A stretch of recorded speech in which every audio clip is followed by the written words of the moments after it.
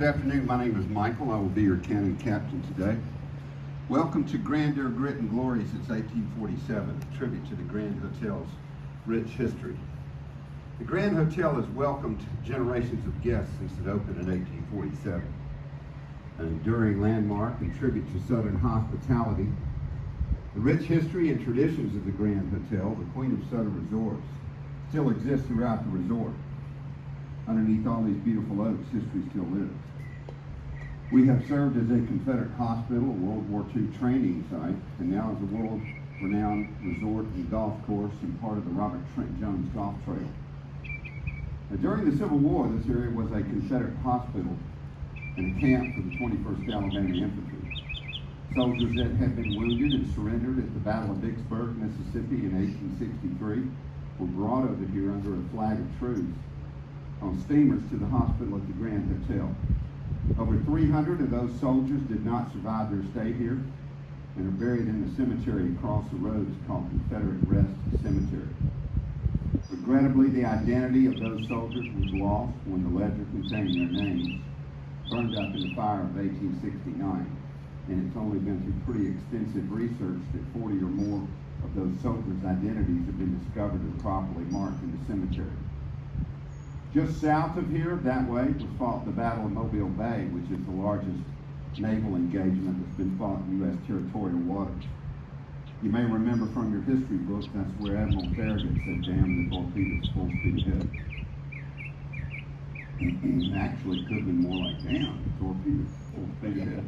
But either way, he did what he said he was going to do. He was a very brave man who fought the Battle of Mobile Bay at 62 years of age.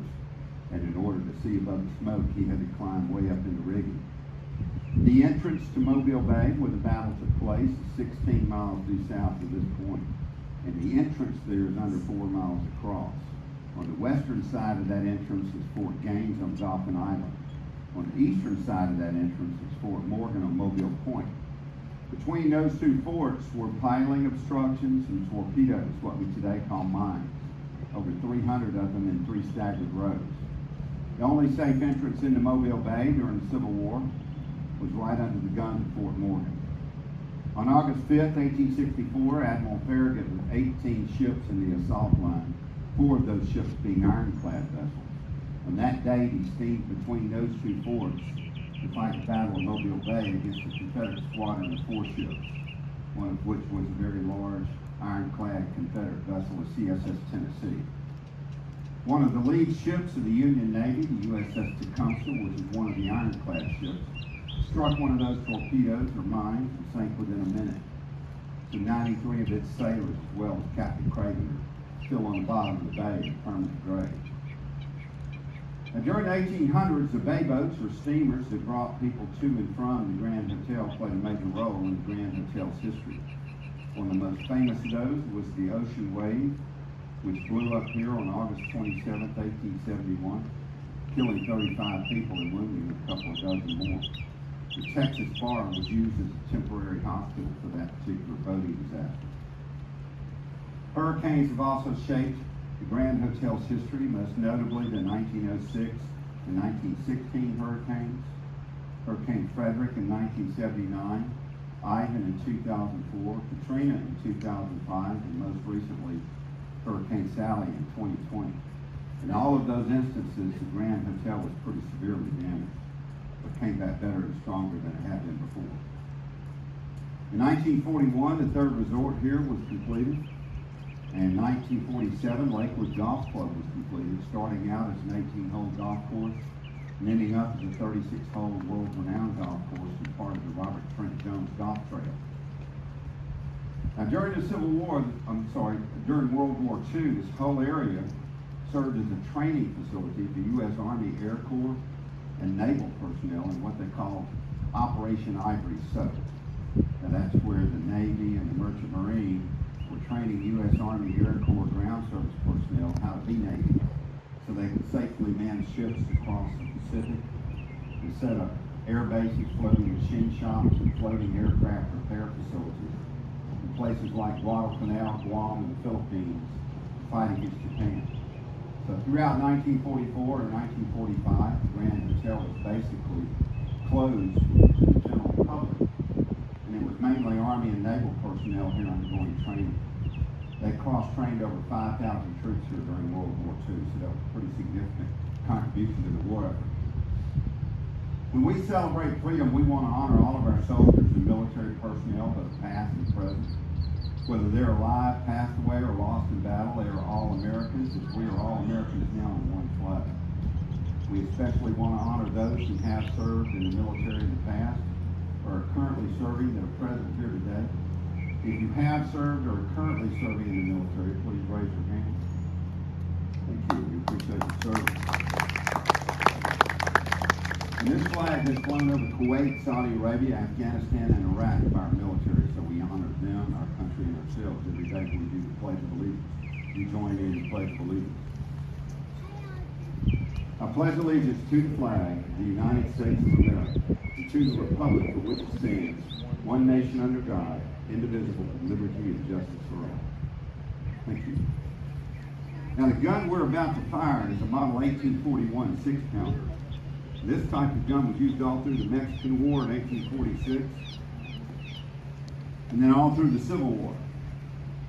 But by the end of the Civil War, most of these have been replaced by rifled artillery of the newer 12-pounder Napoleon that was bronze like this also. This gun would fire a 6-pound exploding shell 1,525 yards. That's a few hundred yards short of a mile. And that's at 5 degrees elevation with a 1.25 pound service charge of black powder. And we're only going to shoot about a half-pound charge in it today, so it's less than half the original powder charge. Plus, we're not going to put a cannonball in front of it, since the Coast Guard kind of frowns on me doing that. The canister round for this gun weighs twice as much, 12.5 pounds. The canister round is a long can filled with round ball bullets, like a big shotgun shell. A round of canister could contain up to 250 .69 caliber round ball bullets in every round of canister. Normal crew on a gun like this was 8 people. That was including the gun and the limber, which was a 2-wheel cart behind the gun carrying the ammo box. They could fire 3 rounds of canister a minute, 1 to 2 rounds of spherical case or shell per minute, or every 2 minutes, depending on how much they had to re-aim the gun after it was fired. Now the gun is loaded. This is a vent prick that will pierce the powder charge, expose the powder to the fire of a friction primer. We use a Cannon friction primer just like the originals. When I pull it, it will fire immediately. The command is to stand clear and fire. We're going to say, God bless America, stand clear, and count down 5, 4, 3, 2, 1, and fire at that point. Might want to cover your ears or your children's ears because it's still loud. We'd love you to count down with us, be part of the gun crew. The reason the command stand clear is given as part of the drill. If this gun wasn't bolted down and we were firing a heavy blank charge or a live round, this gun would recoil and it'd run over you.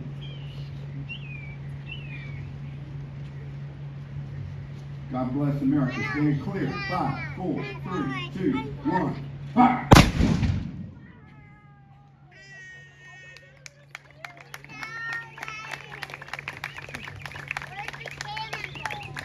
Every day here at the Grand Hotel, we celebrate its unique history and traditions old and new. The Grand Hotel has helped guests celebrate special events and holidays. We have golf, croquet, horseshoes, and other games here in the Dandy Lawn. Beautiful swimming pool, bicycles, kayaks. You can fish on the fishing pier or along the shore. Play the 36 holes of the world-renowned golf course, part of the Robert Trent Jones Golf Trail. Or just enjoy walking along the bay and enjoying its beauty. For 175 years, people have continued to return to the Grand Hotel for its rich history, traditions, and warm southern hospitality. We hope that people will continue to return for years to come. We genuinely hope you'll make it part of your legacy as well. Thank you for coming to the Grand Hotel. I'm sorry. Thank you. And now may I direct you to the Grand Hall for a small lanyard for bites and tea and cookies. And again, thank you for coming to the Grand Hotel.